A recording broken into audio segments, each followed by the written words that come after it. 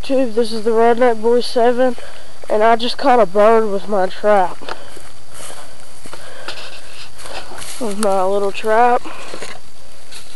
I'll put that on there just so it'll stay. I don't know if you can see him in there.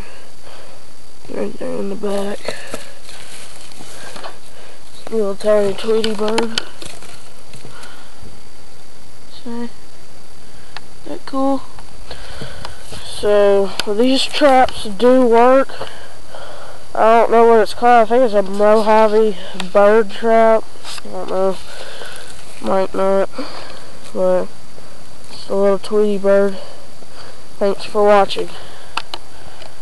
Hey YouTube, this is the Redneck Boy 7. I'm going to show you my bird that I caught in my Mojave bird trap. I don't know what kind it is, but we're going to let it go right after this video. Okay. Thanks for watching. Bye.